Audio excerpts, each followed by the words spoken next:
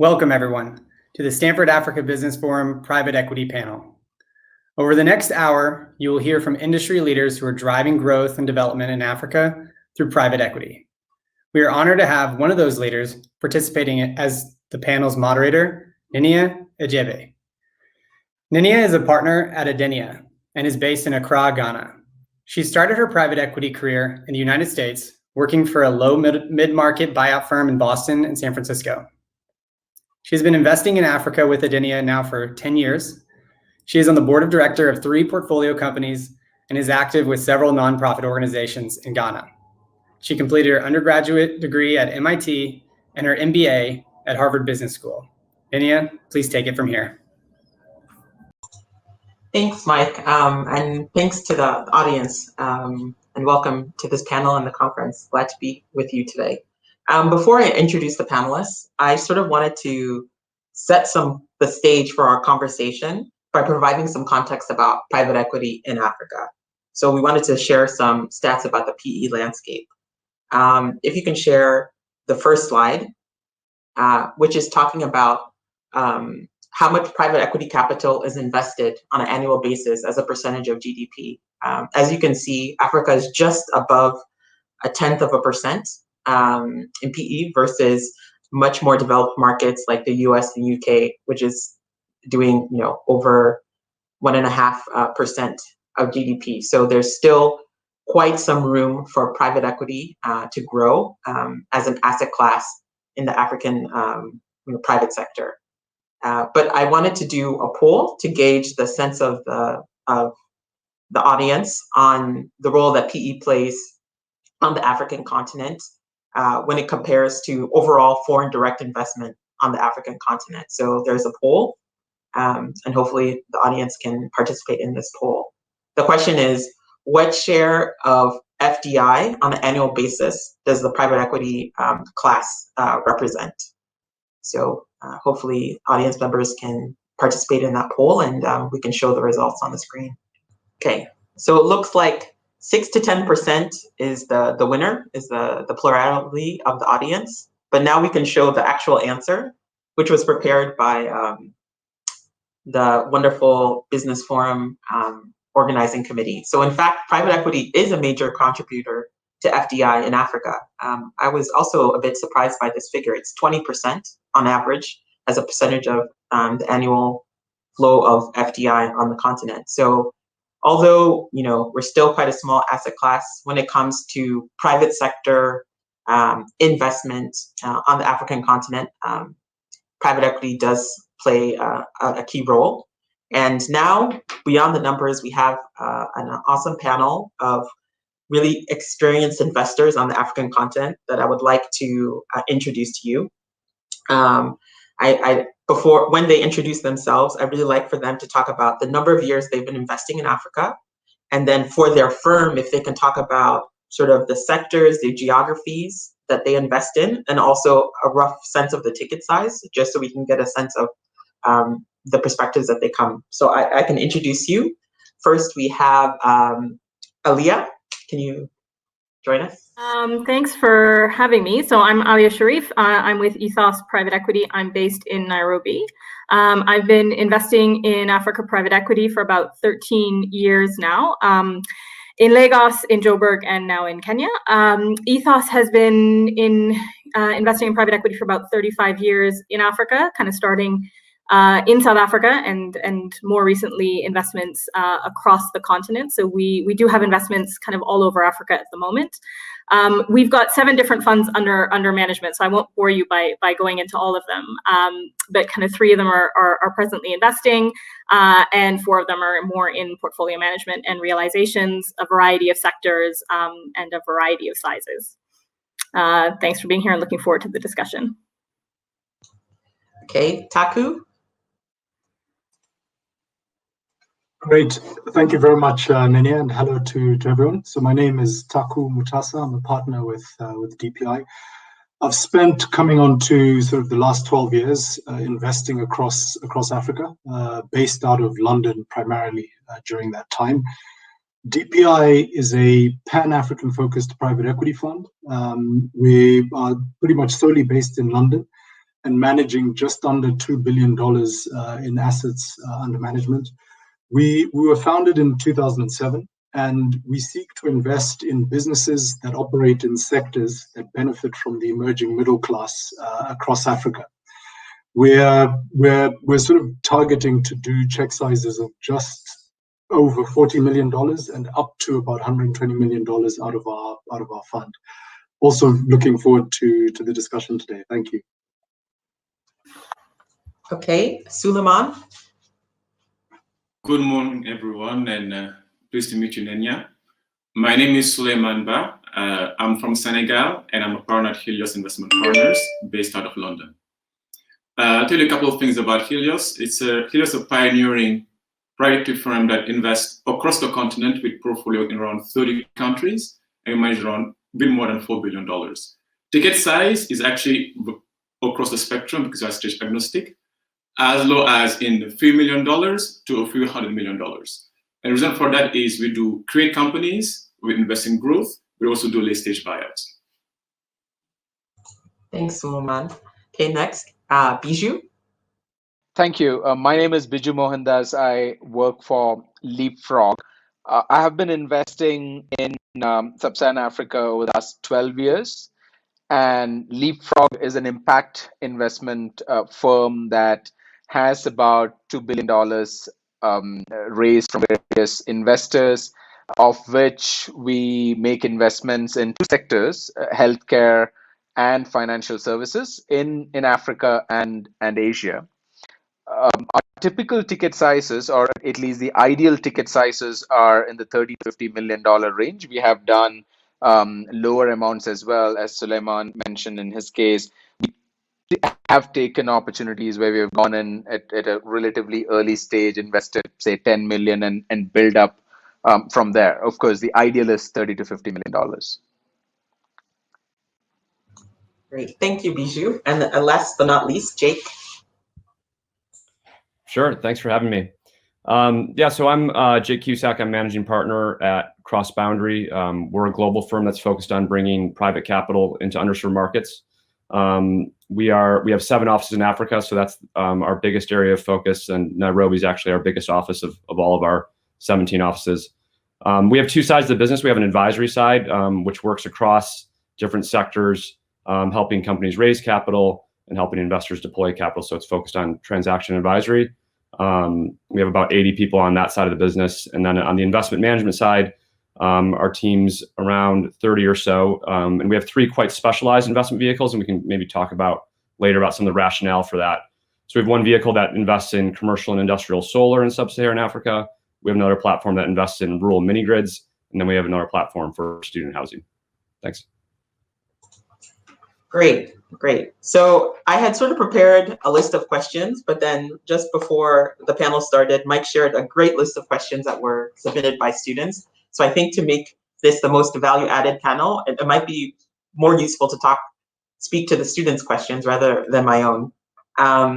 So I think what I'll do is I'll read the question and maybe take 2 responses from 2 different panelists. And if a panelist has a good response, just raise your hand so I call on you.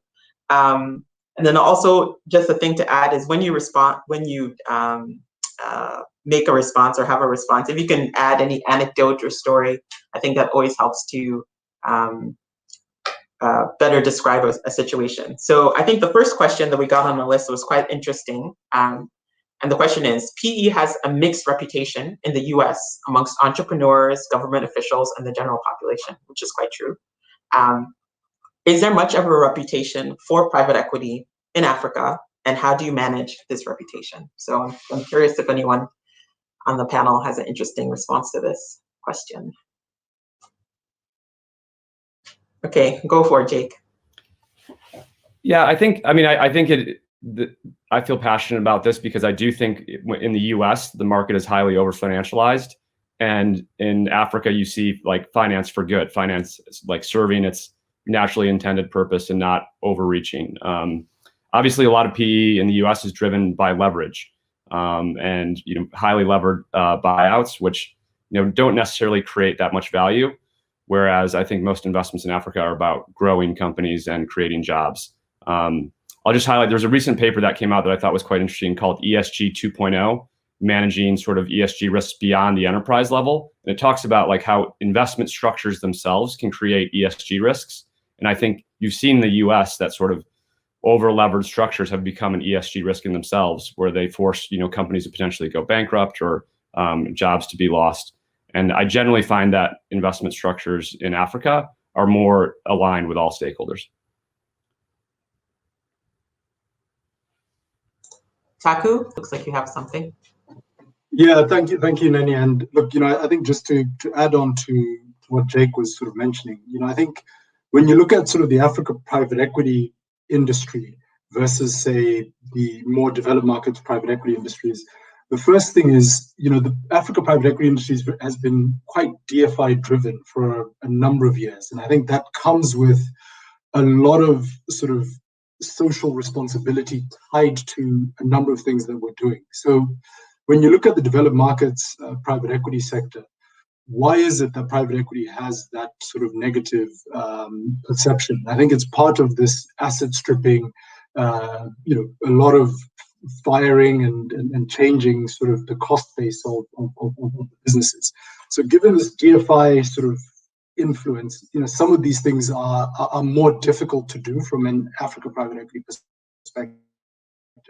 That's the first point. The second aspect is, when you look at the value drivers for a private equity deal, there's EBITDA growth, cash generation or leverage, and then multiple expansion. From a developed market perspective, the way they drive the EBITDA growth is somewhat more limited from a macro perspective, limited top line revenue growth. So they drive EBITDA growth through the cost base, which is where all this asset stripping stuff starts coming into it.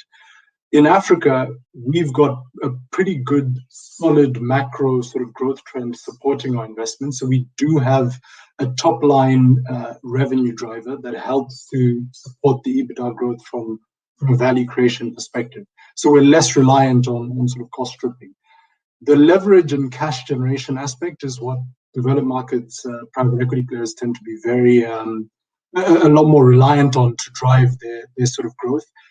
Leverage outside of some of the bigger markets in Africa is not as readily available. So I think, the reputation for private equity in Africa is probably somewhat better perceived than what you see in more developed markets. And in fact, occasionally the challenge I've found talking to entrepreneurs is, though they've read in the paper about what some global or big private, more developed market private equity player did or is alleged to have done in a US or European market, and they're concerned that the Africa private equity players will do something very similar.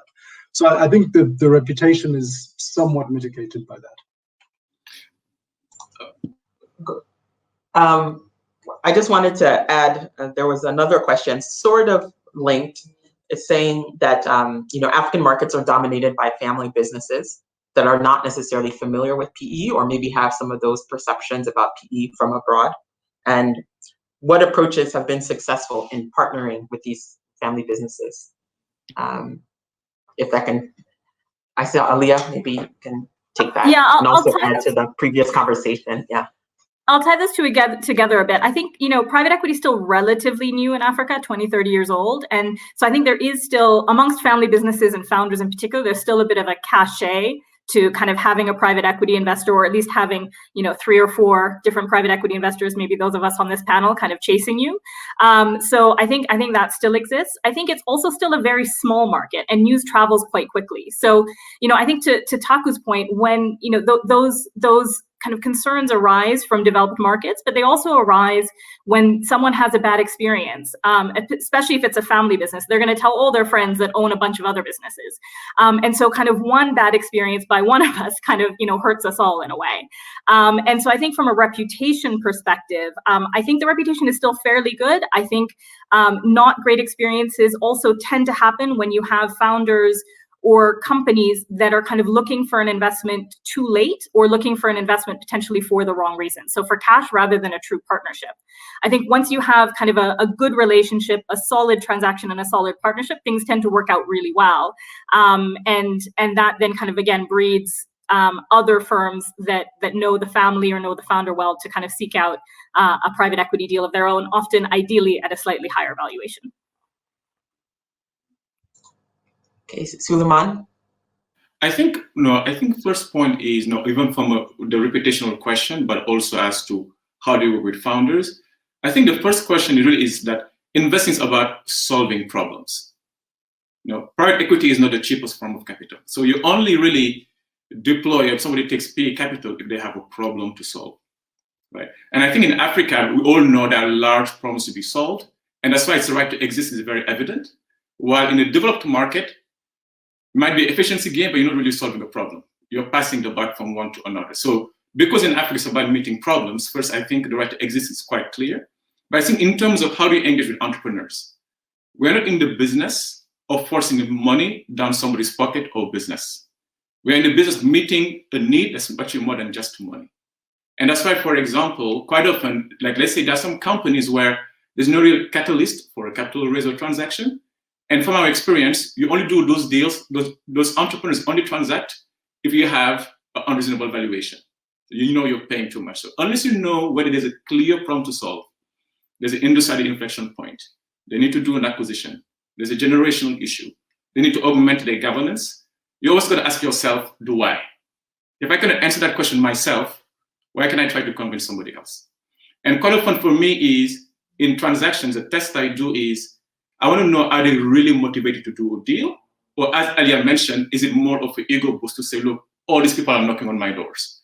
So generally, when a business, someone on business says they want to do a deal or are interested, I don't end up in the beginning, I will get on a plane, meet them in their country, have coffee, but there's no skin in the game for them. What I've been doing the past few years, actually, I'll pick a neutral country. Let's meet in Paris. Let's meet in London. Then discuss. If they get on a plane and meet with you, you know they have a real need to solve. Otherwise, they're just having somebody come for coffee to boost the ego. So you got to ask yourself, day one, why? Why do they need you and what problem are you solving? Because otherwise, they can just go to a bank and borrow money at low rates. Yeah, Bijou, is there anything you want to add? Actually, to the first point, Nnennia, since you said anecdotes, and very, very much linked to what Taku mentioned as well, it's supremely important and necessary for us to generate returns from EBITDA growth and hopefully even multiple expansion, but that happens if you create something different and new.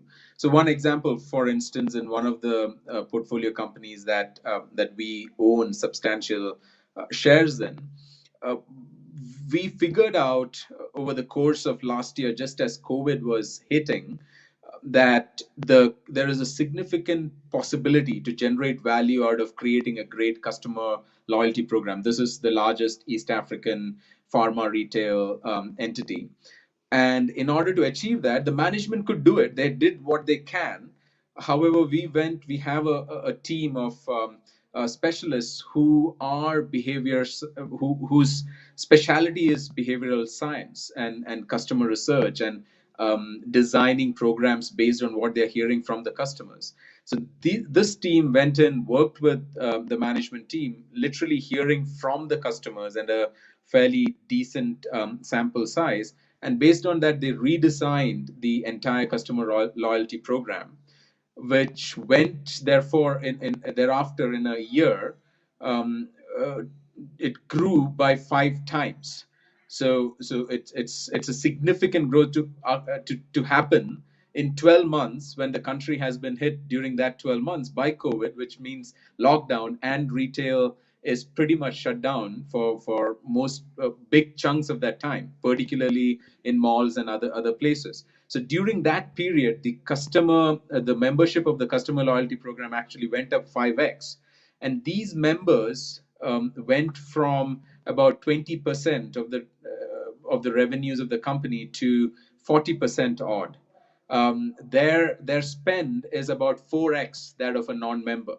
So all this happened during 1 year, and it would have been a lost year in any other market in that particular segment, when actually this company generated significant value for itself and obviously for us as shareholders. So one needs to put in that kind of work, And during that entire period, to, I think it was Taku's point again, we did not fire a single person in that company, which would have been the logical thing and most rational thing in the US PE system to do. Your EBITDA goes up immediately, or at least it stays stable during a crisis period. So I think and this is just one example, I know every single person in this panel has done something like this or the other in their portfolio companies.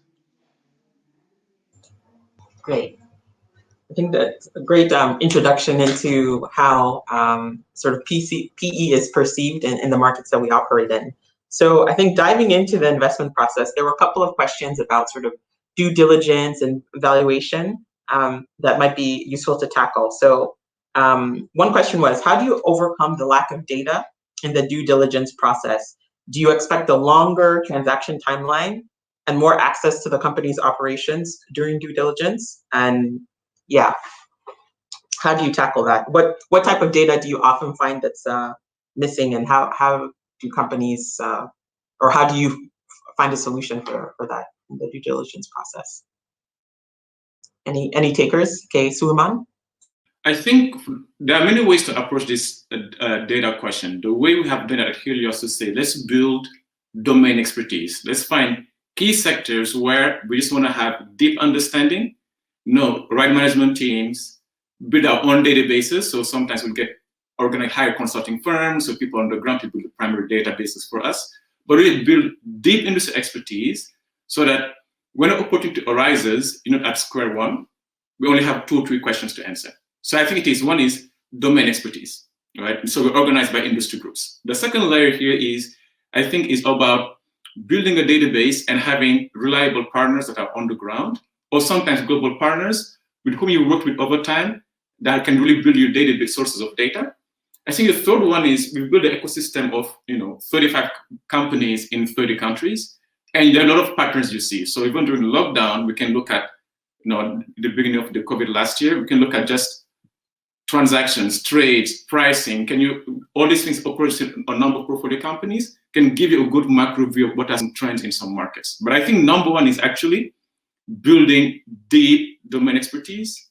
Then you know what to watch out for, what not to watch out for, and what really matters, and where to get that information. Aliya? Yeah, I completely agree with Souleymane. I mean, I think it's, private equity, especially here, is a game of pattern recognition. And the more you see, kind of the better you are at identifying kind of what to look out for, what needs to be true, and kind of also kind of the red flags. And you'll see more and more of that the more deals you've seen. So I think that's one. I think in answer to the question, it absolutely does elongate the transaction timelines. I mean, you can't get away from that. The time it takes to do a deal on the continent is, I would guess, 3 to 4 times as long as it takes to do a deal kind of in the US. And that's just the reality of lack of data, but also just lack of I guess, experience among some of the founders, that they haven't all done this before 3 times. And so, even getting a company ready, for them to also go through that process of sharing the information that you need to see. And I think it's actually a good thing, because the more time you spend with a founder, one, the more you get to know them, you get to know their motivations, as was mentioned before, you get to know their families, you get to know what they care about. And, any kind of niggling issues will come out through that time, and they get to know you, and they get to know the type of partner you're going to be. I've certainly spent easily 5-6 months on a transaction that we ended up not doing, and it was the right answer, and I'm still friends with the CEO today. But you kind of only get there if you take your time and really understand why you're both doing it. Okay, Jake? Yeah, thanks. I mean, I do think this is a real challenge. I think transaction costs overall are proportionally much higher in these markets, and that shows up in the big gap between the gross IRRs that transactions might get and the net IRR that the fund can deliver, because they have so much costs proportional often to a relatively small fund size, relatively small deal compared to other markets that they have to absorb as part of that process.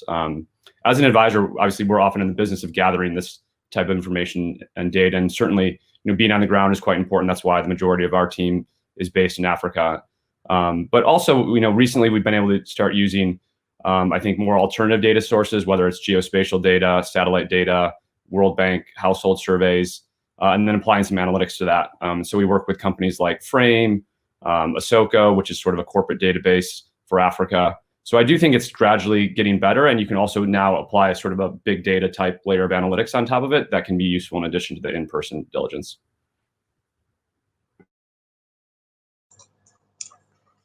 Maybe Taku? Yeah, thanks, Nnennia. Yeah, look, it's just a very quick comment. And, I think, part of the skill set of being an Africa private equity professional is actually having the balance of understanding when you're looking at a transaction.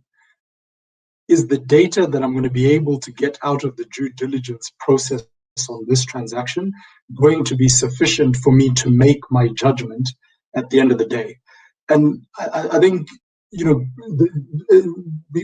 always have sort of various levels of expertise, but I think there are times, and I've seen it sometimes, where you meet a founder, they talk a fantastic story about their business. But when you start scratching at the surface, you're just not getting there in terms of just some fundamental sort of bits of data. So I think the key is always having that balance between what data gaps can I solve for and what data gaps can't I solve for. And the data gaps the way I think about it and the way we tend to think through it at DPI is the data gaps we can solve for are things that I can verify through a third party or triangulate on various different points. So if your only source of information is sort of a founder or a management team telling you something, and you can't verify that through, to Sule's point, whether it's an industry expert or your own domain expertise, it's going to be very difficult to cross that bridge. So I think that it's key for people to remember that part of the judgment is knowing what gap can I cover and what gap won't I be able to surmount. Yes, Souleymane? Yeah, just at this point, as to know what data do we miss? I think when you're investing in our markets, I think from my experience, the most important piece of information actually is not about the sales per square foot and benchmarking it. It's more about the why are they selling, and the who is your counterparty, right? So I remember when I was in the US, in P was what are you buying and how much? Well, here actually the first question is who are you buying from? That's your most and why. If you don't have a good feel for that, the data will speak for itself or could mislead you. I think that knowing your counterparty and the why and what motivates them is the most important piece of information. The second part is, yes, let's say I was buying a pharmacy chain in the US. I have 100 years of data of sales per square foot. I can quartile them, benchmark, and say this company is at this level with this action I can take to this level. In our markets, they're not mature, they're dynamic markets. I might be, yes, I could be a pharmacy chain, or could be a retailer in a particular jurisdiction. I could get all the data I have in this market, but it's probably a nascent market. What it tells you, the challenge with that is you may have high returns on capital today, but what you don't know is, are there going to be new entrants? Is regulation going to change? How is the business going to have to adapt? So the reality is focusing on just what exists as data today could mislead to the wrong conclusion. And you see a profit pool that disappears in 3 months. What's more important is actually, is the management team you're backing, do they have their ears to the ground? Do they have a good nose for money? Do they know when to adjust and pivot before everybody else? So really stress testing over time, how the business has evolved, checking the instincts of the management team. It's more, I call it more like growth in VC investing, even in an old school business. Not necessarily buying an old school company where I can just benchmark what should be my target return on capital. It's really about, do you have a management team you align with, who have the right motivation, that can navigate a dynamic environment? Just moving on or picking up from where you left off, this question of what is the business and then how much? We had a couple of questions about how much, valuations. So how do multiples in Africa compare to the US for similar size business and industry? And do you feel that the differences are reasonable and explainable? And if not, why not? I don't know, Bijou? I was trying to get my hand in the frame. So, Nnennia, I think that first one very quick comment on the earlier bit around data as well. I think completely agree with everything that that the other panelists had to say. Over the last decade, I do believe that some of the data with regards to the industry, with regards to the accounts, the legal, etc., gathering it, getting good quality counterparties to come in and support you in that, that has gotten significantly better. But the element of data around macroeconomics and politics and what is going to happen a year, 2 years down the line, with regards to FX, the election which might come up, whether it is going to be right. I think the variability there, it exists across all emerging markets, but I think in several of the African markets it is substantially higher. I would think so. Just leaving that bit there, it is less about data. It is more about the macro environment in which one operates, and the ability to assess that even for top-notch PE firms and or economists and political commentators who have looked at this space for many years. It's a bit of a it's still quite a challenge. On the valuations, I think depending on which segment you're talking about, there is a significant variation. There are entities where if you go in and look at, for instance, family-owned businesses in certain segments, I think it was Souleymane who said when there is a very specific need and or intergenerational transfer happening, or in some cases actual distress, one does find pretty decent valuations when compared to some of the other markets. But in my experience, pretty much everywhere else, particularly if you are talking to some of the market leaders and everyone else is talking to them as well, one could try to sell one's value add to a large extent, but the comparables, the multiples that a lot of these entities seem to look for is still pretty high. I would love to see how a combination of COVID and the general macroeconomic slowdown in some of the African countries, Nigeria, for instance, South Africa, what the repercussions will be with regards to multiples. But from my perspective, operating both Asia and here, particularly large markets like India, where there is significant growth, where it is 1 billion people in one country, and the ability to scale across all of them is significantly high. The multiples that one tends to sometimes see from or in terms of expectations from some of the promoters and management teams is pretty high. So simple, I think it is high for so far. We'll see what happens over the next few weeks and months, and where it will all fall in the future. And do you believe that those views of multiple that the entrepreneurs have and founders have, do you think that's reasonable? The fact that Personally they're speaking using for global myself, benchmarks for their business? yeah, speaking for myself, I struggle with that because let's say Nigeria, my previous employer, I led an investment which after the investment, the company actually grew 5x its EBITDA, but we will barely, I don't know how and when they'll exit, but we'll barely make our money back in spite of that because of the massive depreciation and so there is going to be significant challenges.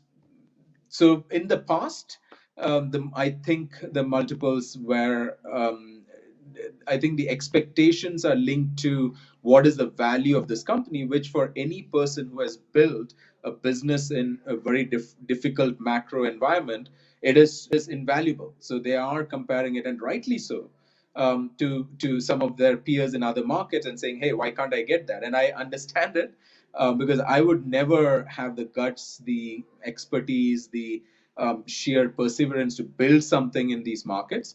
But then, unfortunately, if you're an investor and you're just doing the math, how much growth can you create via value additions and so on, and by riding whatever macros exist? And what can you sell that at to a reasonable exit? And in a scenario where liquidity isn't that common, right? We don't have many liquid IPO markets here. So you have your strategics and other PE firms. So in that environment, when you look at what can I buy and how can I sell it, what price can I buy and what price can I sell it, I think it is overvalued, but not in terms of do they deserve that money or not. Of course, if anyone deserves a good chunk of value for their work, it is an African entrepreneur. Yeah. Curious, anyone has a different view on this question on valuation? Souleymane? I will just add one thing, which is quite often is people forget the basics of just CAPM, which is people compare EBITDA multiples or revenue multiples when a US company has low inflation, discount rates are extremely low, and you look at a company in Nigeria where you're going to have massive depreciation over your ownership period, and the discount rates are very high. So clearly, there cannot be the same EBITDA multiples or revenue multiples. Then you overlay the growth question with addressable market. So quite often what happens is when investment banks pitching to management teams or businesses, they all look at very simplistic metrics without stepping back to think about the fundamentals. In the next 5 years, what is FX going to look like? What is the discount rate? What is the trapped cash situation? Can I upstream the money? So all those fundamentals are quite often, I think, what people miss out. 10% growth is not the same, but it's in local currency or hard currency. So for me, and the advice I give students is, don't just look at multiples, do your DCF, do your CAPM, and cross-check that. And look at free cash flow conversion. Quite often, our businesses in Africa tend to be more working capital intensive. You cannot have just in time, you cannot have this in consignment. So from the revenue to the EBITDA to the net income to free cash flow, a lot gets absorbed. So go to free cash flow and do a proper DCF. Don't just look at multiples. Sorry, it's very basic, but I've seen it so many times people forget about that. Okay. Let's see. Now moving a little bit further into the deal-making process. So you've identified a company, you know who you're dealing with. Hopefully you've agreed on an attractive valuation and the transaction has gone through. Can you talk about how you partner with management teams? How do you incentivize them to be aligned with you and your private equity firm objectives? Curious if anyone has any good sort of stories or tools or sort of metrics that you guys use across your portfolio.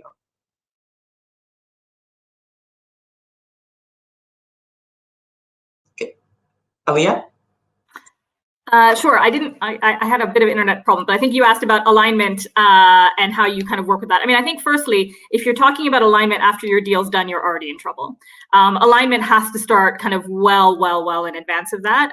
And by the time you've actually closed the transaction, you're already working together. You already feel like you're on the same page and working for the same goal. And I think, it's very easy to say, okay, we're both here to kind of realize the investment in 5 or 6 years' time. We're both here to make money, et cetera. But it's much more than being at a high level. It's exactly in the details. So, are you on the same page about what we're going to do each year, the types of new people we're going to have to bring into the business if we need new people, and often you do, the types of changes we're going to make and in the business. And that, I think it's, I think we're all guilty, or at least I certainly have been in the past, and I hope maybe others have been better than me, but I think we're all guilty of, in the midst of a deal, you just kind of ultimately at some point, you have deal fatigue, everyone does, you kind of want to get it done. But skipping these sorts of things and making sure you take the time and get that right at the beginning is so important. And you'll never regret that kind of, taking the extra month if that's what you need to make sure everyone's aligned and that the founder really wants to do it. So I think that's the first thing. I think in terms of management and incentivization, I think it's critical. One of the things, we've often done, and I think this tends to be more true with majority transactions and professional management teams, but as you're getting, either early in the deal or even as you're getting closer to exit, is to put an exit incentive package in place for management. So again, they're very aligned to delivering on exactly the same outcome as you. And so I think that's also very important when you get closer to realization, is to make sure that you're not looking for different things in that exit. And the third thing I would say is the relationship, because being a CEO is a very, very lonely thing, and they need to feel that, you know, as much as you're going to hold them accountable at the board, and you're not always going to agree, when there's a problem or there's an issue, you're the person they can talk to. And that's a third thing I would say is quite critical. Taku? Yeah, thanks. Just one point around alignment. And, you know, what does alignment mean? And I am talking about in the context of these management incentive plans.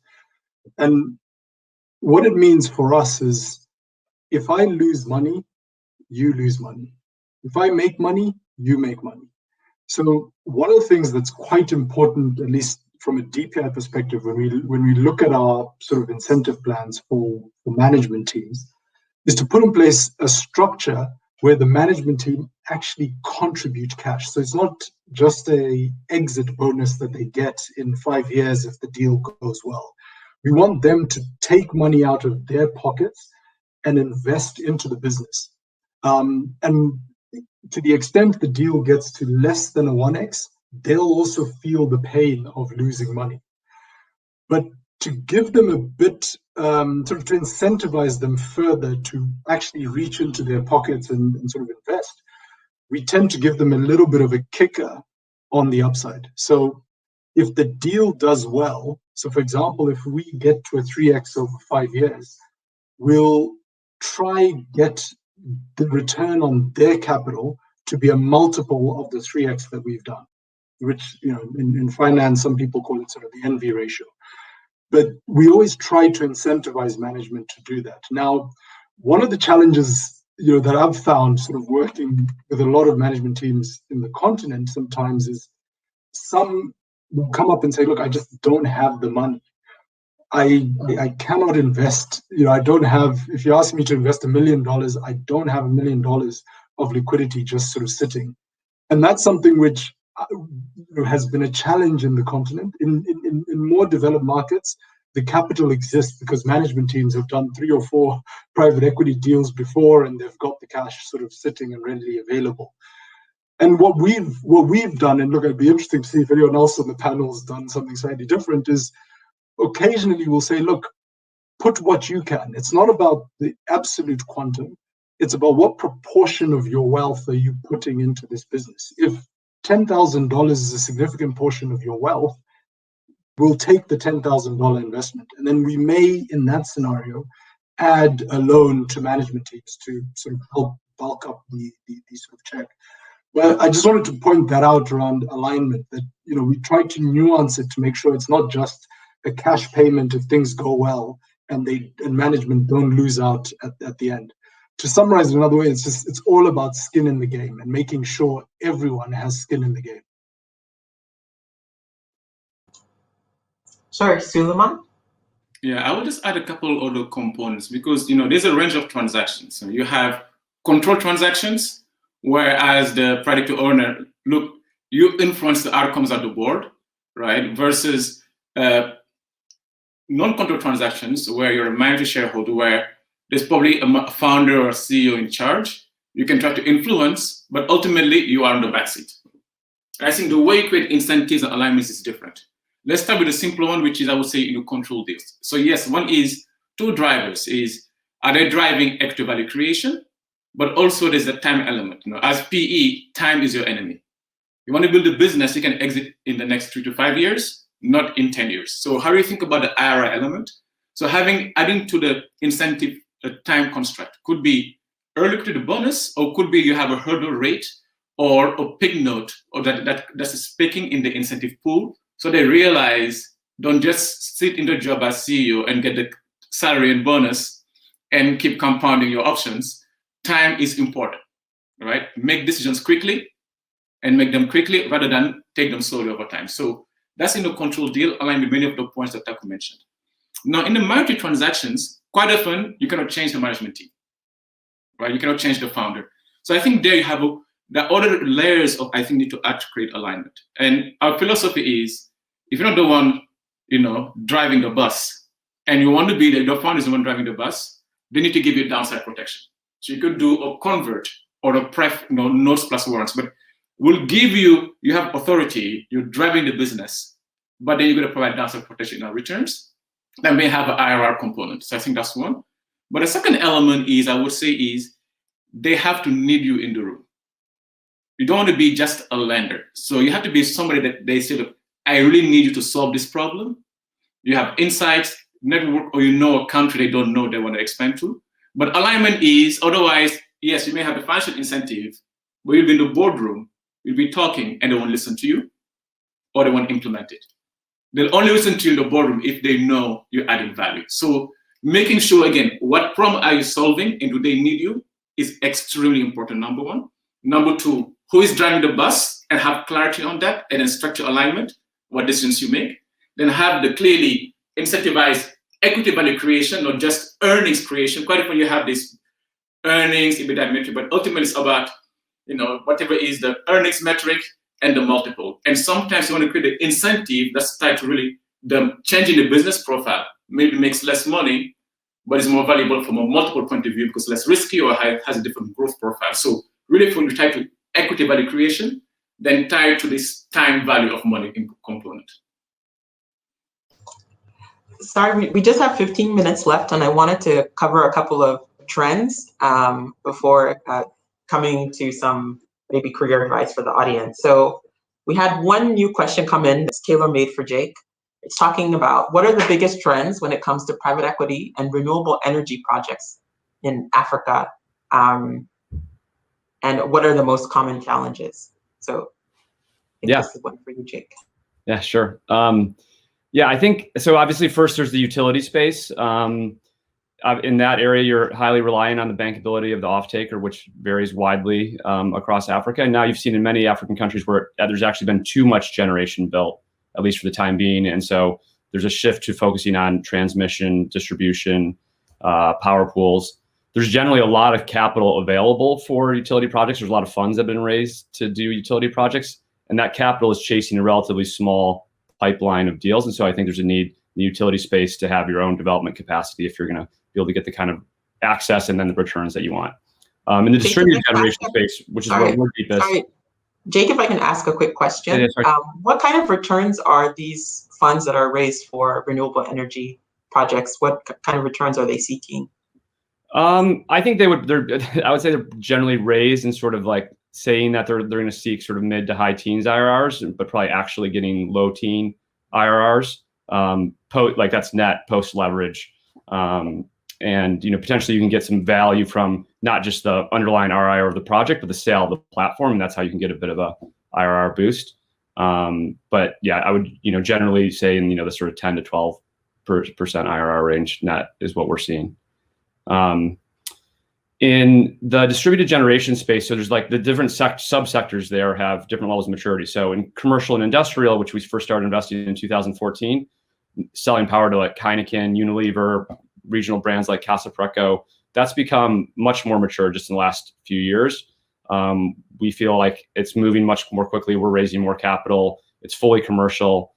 We exited our first vehicle at a 15% net IRR from that space. We switched out of a fund model into an asset company, management company model to get out of some of the challenges around fund life of the assets. In the solar home system space, I think that got a bit overheated early. Valuations got too high. Debt was too cheap. So you've seen some fallout from that. You've seen some companies go bankrupt or consolidate. But I think overall that segment is a good segment and will continue to grow, particularly in markets like Nigeria. And then there's now more focus on mini grids, and mini grids in terms of being able to provide grid quality power to remote communities that might not make sense for grid extension. So in our view, that's about 100 million of the 600 million unelectrified in Africa are suited to be served by mini grids. Mini grids, I think, like rural electrification anywhere in the world, requires blended finance. It's not possible to do it on a purely standalone commercial basis. So you need to have either some sort of subsidy or concessional capital in your actual capital stack, or a subsidy, and you're seeing subsidy programs rolled out in places like Nigeria, which has probably been among the most forward-leaning countries in this area, despite having other problems that allow investors to get that commercial return. So I think you'll continue to see more activity in that space, but it's important to acknowledge that it does require concessional support, whereas we see the commercial and industrial segment as being able to stand on its own. I'm not sure, Helios is in Starsight, so I'm not sure if others want to comment. I think online with the comments you made. Okay. Another emerging trend, well, this is a private equity panel and there is a venture capital panel, but there is a lot of news and increasing interest in VC, particularly in the fintech space on the African continent. I don't know if any of you sort of dabble in that or interact with that with any of your portfolio companies, and how you see your firm's investment profile touching the venture capital or space within the African landscape. Okay, Bijou?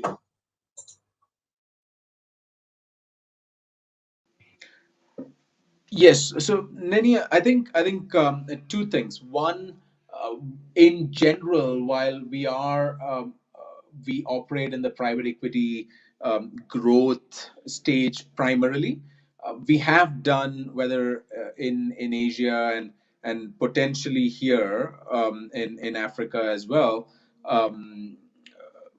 transactions which are earlier stage than what a typical VC would do. However, we have very, very clear guidelines for that, and it's internal guidelines around what we believe is the a top line that the company has right now, and what is the kind of growth that we can foresee, and what kind of risks we can take and cannot take. Typically, it is very clearly sectors where we have seen certain trends play out in other markets, which we have studied deeply because we are also sector focused. So we've looked at those in multiple other markets. We feel all the components that played into that trend is very, very relevant in Africa or in India, depending on the context.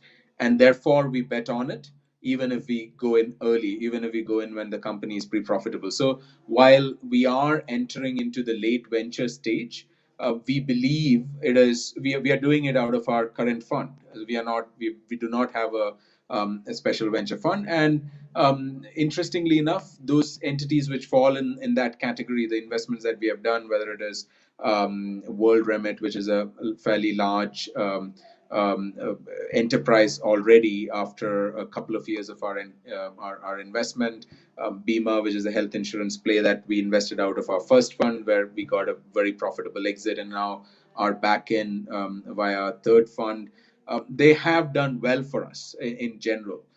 So that I think that's one bit. Just looking at these entities less as investing into a specific startup, but more as investing into a trend. After having studied that trend really well and confirming that the trend works, the management team, and the ecosystem in which they're operating works as well, and therefore taking that bet and bringing in enough capital to give them, the management team and the company, the opportunity to succeed.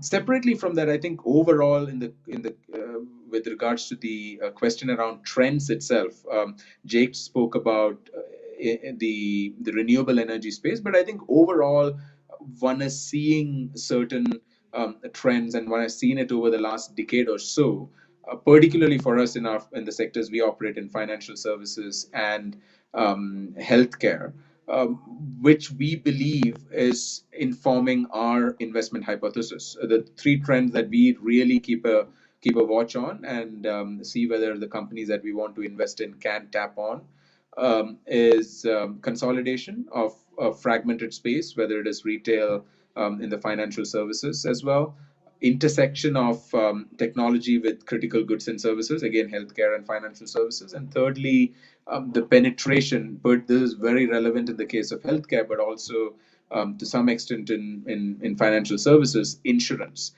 In the case of healthcare, there is, across the markets that we operate in, government-led insurance schemes, which are operating at various degrees of success or failure, but still, net, the trend is that it is increasing, the penetration is increasing, which means someone else is there to pay other than the traditional out-of-pocket consumer payment, which obviously has great benefits when it comes to the consumer demand. So we feel, for us in our current fund, these three trends are major trends that we are looking to tap into as we make investment decisions. And sorry, one other thing, most of these trends tend to, interestingly enough, play on each other. They're like S-curves on S-curves. So if there is consolidation, the chances that technology could be integrated into those consolidated networks to drastically improve value, right?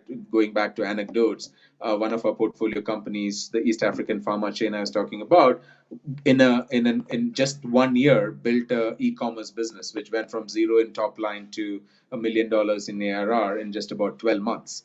And they were able to do that because they are a consolidated platform. So a lot of benefits came in through the brick and mortar presence they had for the e-commerce business as well. So it's interesting how these S-curves could play on each other and then provide tremendous value and growth for the companies.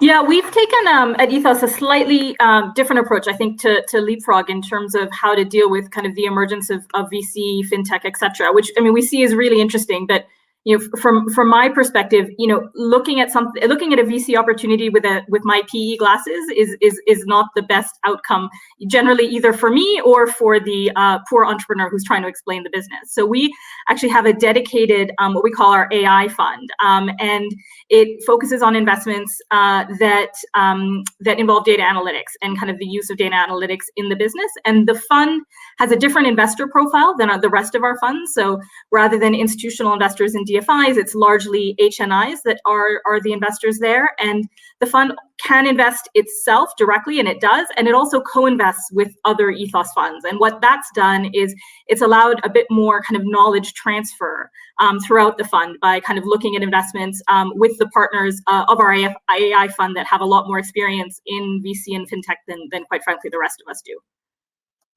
We have just a couple more minutes left, and I wanted to leave it to career advice to the MBA students who are participating in this conference. So for anyone who's seeking a career as a successful private equity investor in Africa, do you have any tips and tricks as they go on?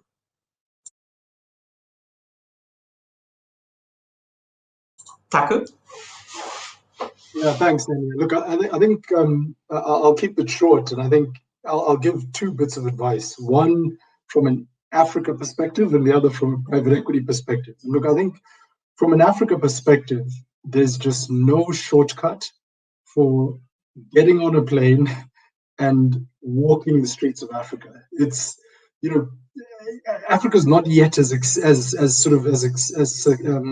accessible as, say, the more developed markets may be, in terms of you can't just chat to, you can't just connect on the internet and pretty much say, look, I've experienced Kenya, I've experienced Nigeria, I've experienced Egypt, I've experienced, Zimbabwe, South Africa, whatever.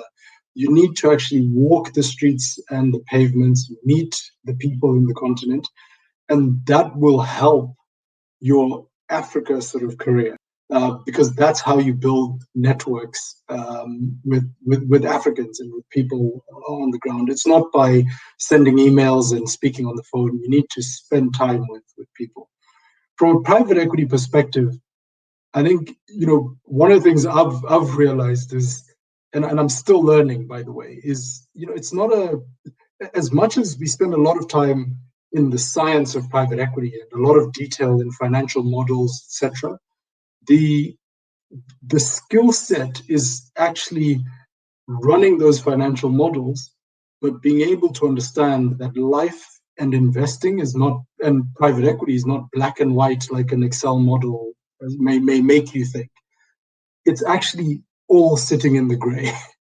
And unfortunately, to start getting comfortable with the gray and to understand how to make judgments within the gray, the only way to do that is time. You can't accelerate a private equity career to be, in 3 years done, I'm now a sort of partner or founder. I think people should invest the time in picking up the skills to analyze the gray. Great. I think we can take one more. Souleymane?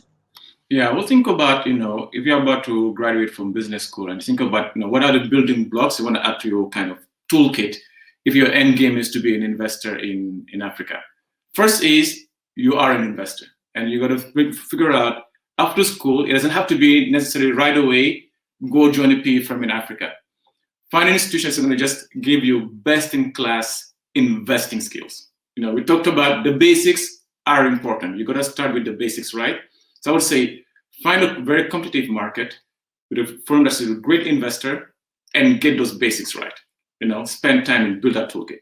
Now there are other layers. One clearly is being able to navigate Africa and have a network and a judgment. But there's another side of the equation that's equally important, which is people tend to forget that the money tends to come from outside Africa into Africa. So you need to also know how to navigate the world outside Africa. So build those networks, whether it's US institutions or institutions around the world.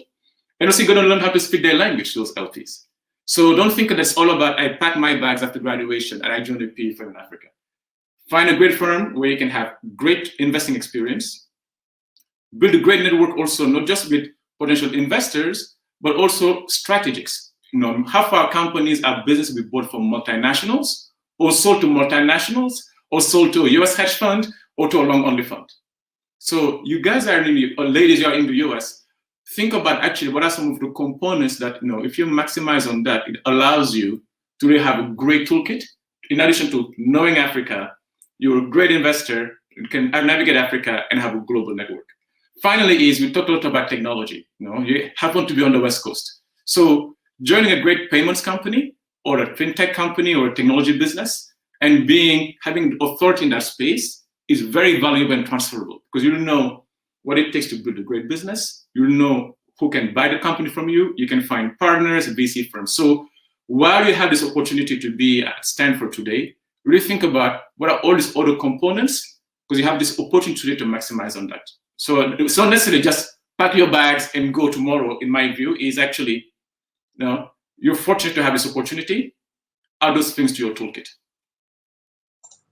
Great. That was a great inspirational way to end it. I think, Mike, we're out of time. Thank you so much to the panelists. This was a really interesting and diverse discussion. So thanks all. Thank you so much, everybody. That was incredibly insightful. Speaking from a student's perspective, to all my classmates, now we know who to go to when we're seeking financing for our next ventures. So thank you to the audience as well for your participation. Please go to your left-hand column of your screen and click Main Stage to continue with today's events. Thank you again.